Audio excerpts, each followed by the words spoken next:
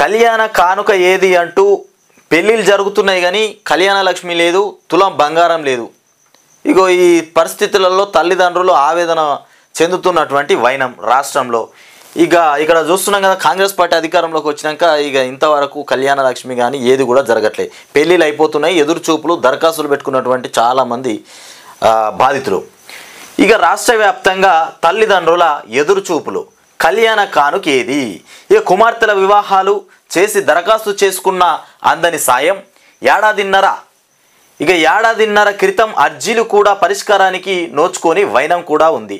ప్రస్తుతం ప్రభుత్వం వద్ద 1,04,613 కళ్యాణ లక్ష్మి షాదీ ముబారక్ అప్లికేషన్లు పేరుకుపోయినాయట.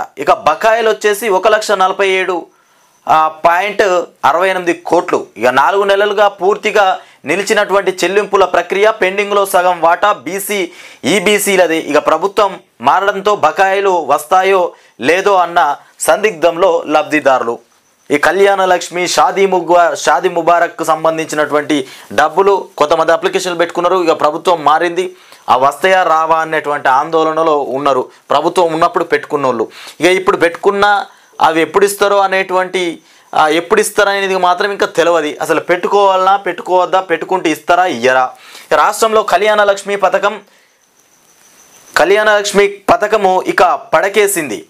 కుమార్తెల వివాహాలు చేసి ప్రభుత్వం సాయం కోసం ఎదురు చూస్తున్న దరఖాస్తుదారుల్లో అయోమయం నెలకొంది. ఏడాదిన్నర దాటుతున్న కళ్యాణ కానుక జాడలేకపోవడంతో సమీప భవిష్యత్తులోనైనా వస్తుందో లేదోనన్న అనుమానాలు వ్యక్తం చేస్తున్నారు. పెళ్లి రోజు నాటికే వధువు కుటుంబానికి 1,116 ఆర్థిక సాయాన్ని కానుక అందించాలనేది ప్రభుత్వం యొక్క లక్ష్యం. నల్గొండ జిల్లా చండూరు మండలం దోనిపాములకు చెందినటువంటి ఇప్ప లక్ష్మయ్య తన కుమార్తె వివాహం 2022 జూన్లో చేశాడు. ఆ తర్వాత కళ్యాణ లక్ష్మి పథకం కింద ప్రభుత్వానికి దరఖాస్తు సమర్పించాడు. దాదాపు ఏడాదిన్నర కావస్తున్న కళ్యాణ కానుక అందలేదు. క్రమం తప్పకుండా తహసీల్దార్ కార్యాలయం చుట్టూ తిరుగుతున్నాడు. అధికారులు నెల రోజుల్లో వస్తుందని చెబుతున్నా అలాంటి నెలలెన్నో గడిచిపోయిందట. లక్ష్మయ్య సాయంపై ఆశలు వదులుకునేటువంటి పరిస్థితికి అయితే చేరుకున్నాడు. మొత్తానికి కళ్యాణ లక్ష్మి పరిస్థితి ఇది. ఇప్పుడు ఈ ప్రభుత్వం వచ్చిన తర్వాత కూడా ఈ కళ్యాణ లక్ష్మి అసలు ఊసే లేదు. ఇస్తారా ఇయ్యరా. ఈ ప్రభుత్వం గత ప్రభుత్వం అట్లే ఉంటే తప్పకుండా ఆ సీక్వెన్సీగా అవన్నీ నడిచేటివి. చాలా మటుకు అందరికి కూడా వచ్చినాయి కళ్యాణ లక్ష్మి, ఎక్కడ కూడా పెండింగ్లో లేదు.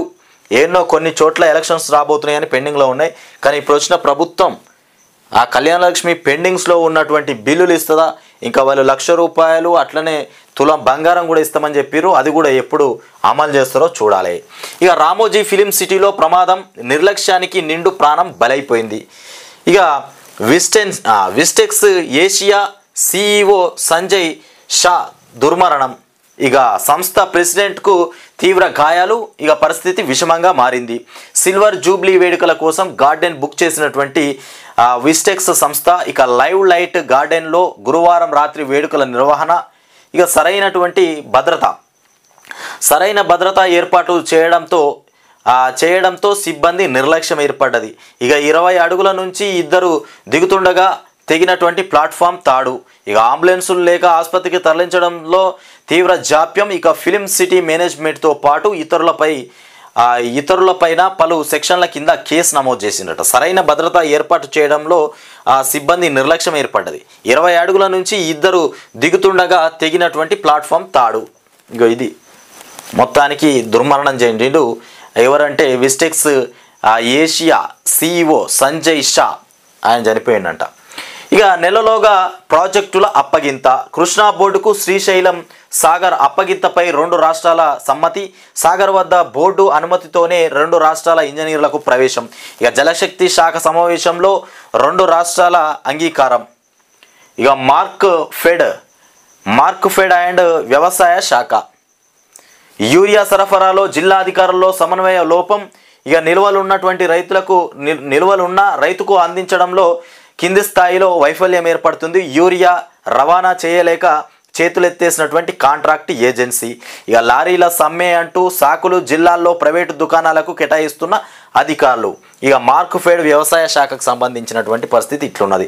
యూరియా అసలు రైతులకు ఇక యూరియా అవసరం, ఇప్పుడు ఆ యూరియాను సప్లై చేసేటువంటి పరిస్థితి అయితే అయోమయంలో పడిపోయింది. యూరియా ఎట్లా అందుతుందో ఏమో మరిగా. ఇక యూరియా సరఫరాలో మార్క్ఫెడ్ వ్యవసాయ శాఖల మధ్య జిల్లాల స్థాయిలో సమన్వయం కొరవడింది. దీంతో రాష్ట్రంలో పలుచోట్ల రైతులకు సకాలంలో యూరియా సరఫరా చేయలేనటువంటి పరిస్థితి అయితే నెలకొన్నది. ఇక యూరియా మరి అందిస్తారా అందియరా రైతులకు చూడాలి. ఇక గ్రామీణ బాలికలు డాక్టర్ అమ్మలు. ఇక మెడికల్ కోర్సులపై రాష్ట్రంలోని గ్రామీణ బాలికల ఆసక్తి, ఆ తర్వాత టీచర్ ఉద్యోగాలకు మొగ్గు. ఇక పోలీస్, ఆర్మీ, ఇంజనీరింగ్ వైపు అబ్బాయిల చూపు. కేంద్ర యాన్యువల్ స్టేటస్ ఆఫ్ ఎడ్యుకేషన్ రిపోర్ట్లో వెల్లడి. ఇక గ్రామీణ బాలికలు డాక్టర్ అమ్మలైపోతుర్రట.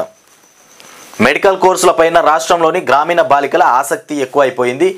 ఇంకా ఇంకొకటి చూస్తాం ఇక్కడ. ఇక పేదింటి పద్దు 25,000 కోట్లు. ఇక 20 లక్షల ఇందిరమ్మ ఇళ్లను నిర్మించే యోచనలో ప్రభుత్వం. ఇందిరమ్మ ఇళ్ళు నిర్మించబోతుందట రాష్ట్ర ప్రభుత్వం. 20 లక్షల ఇందిరమ్మ ఇళ్లను నిర్మిస్తుందంట. ఎప్పుడు నిర్మిస్తుందో ఇక. తొలి ఏడాది 4 లక్షల ఇల్లు నిర్మించే దిశగా కసరత్తు. ఈ ఏడాదిలో 4 లక్షల ఇందిరమ్మ ఇళ్ళు నిర్మిస్తుందట. తర్వాత అసంపూర్తి డబుల్ బెడ్రూమ్ ఇళ్లను పూర్తి చేయాలని నిర్ణయం. డబుల్ బెడ్రూమ్లు ఏవైతే సగం అయిపోయినాయో వాటిని పూర్తి చేస్తామని కూడా అంటుండ్రు.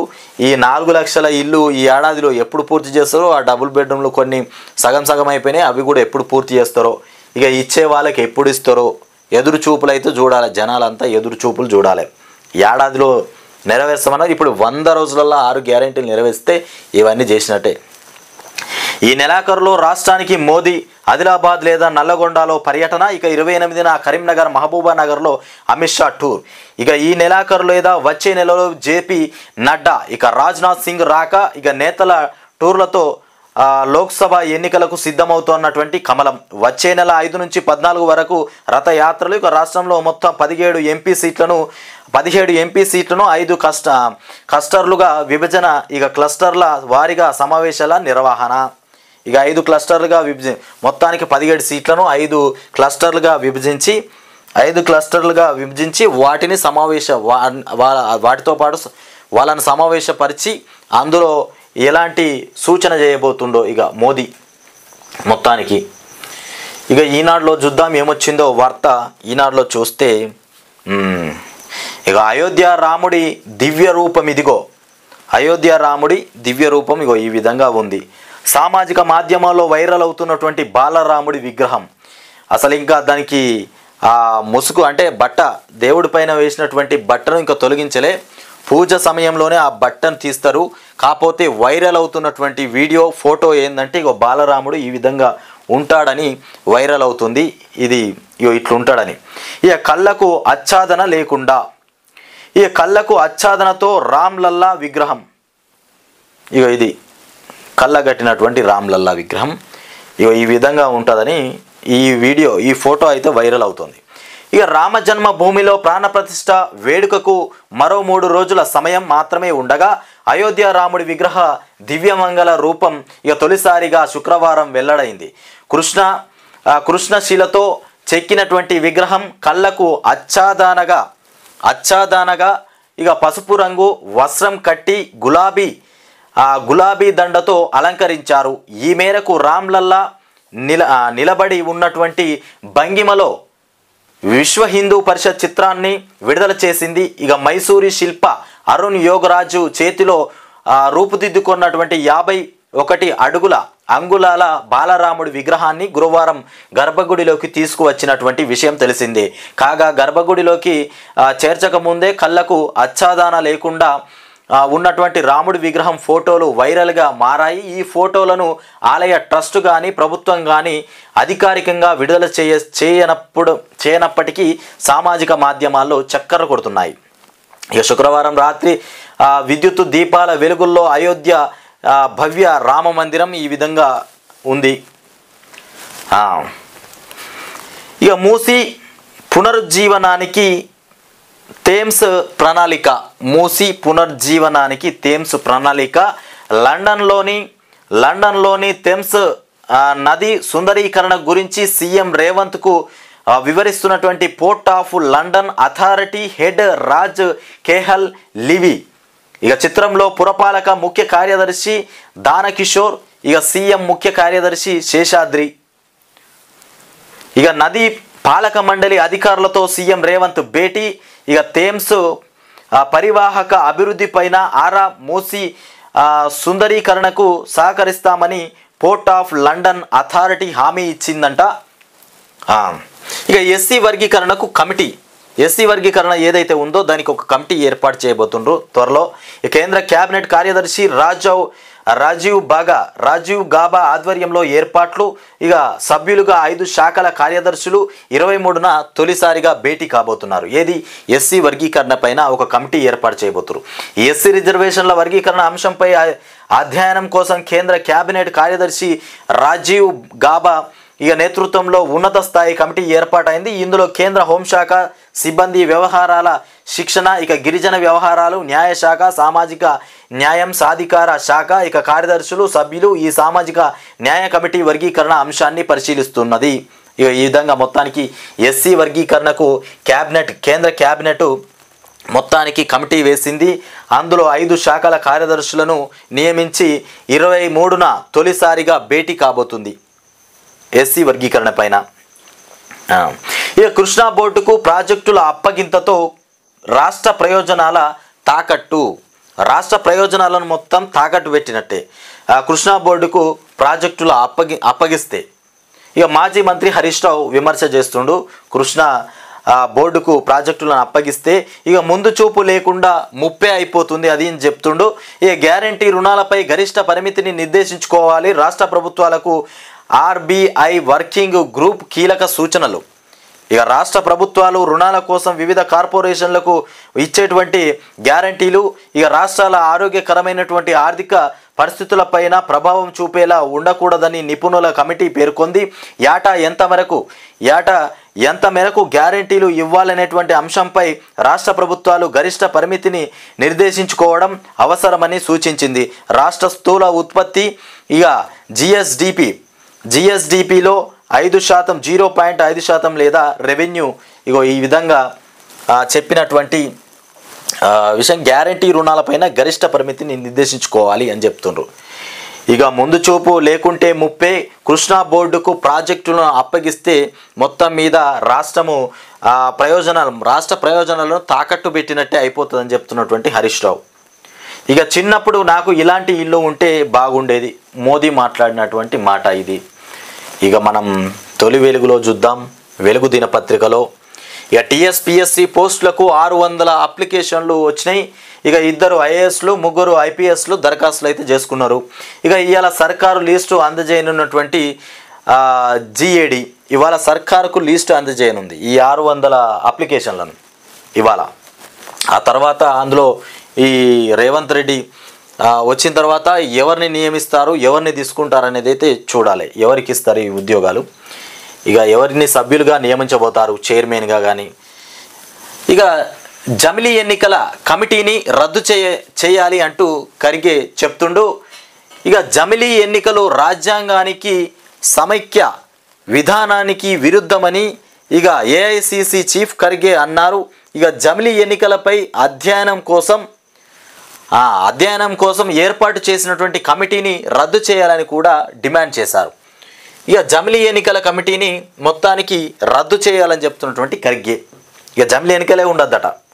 ఇక కూల్చడం ఓ సవాల్. మేడిగడ్డను కూల్చడం అనేది ఒక పెద్ద సవాల్గా మారిపోయింది. ఎట్లా కూలుస్తారో. ఇక మేడిగడ్డలో కుంగినటువంటి పిల్లర్లను తొలగించేందుకు 3 నెలలు పట్టేటువంటి ఛాన్స్ ఉంది. మేడిగడ్డలో కుంగిపోయినటువంటి పిల్లర్ను తీసేయాలంటే 3 నెలలు పడుతుందంట. ఇక బ్లాస్టింగ్ చేస్తే బ్యారేజీకే ముప్పు జరుగుతుంది బ్లాస్టింగ్ చేస్తే.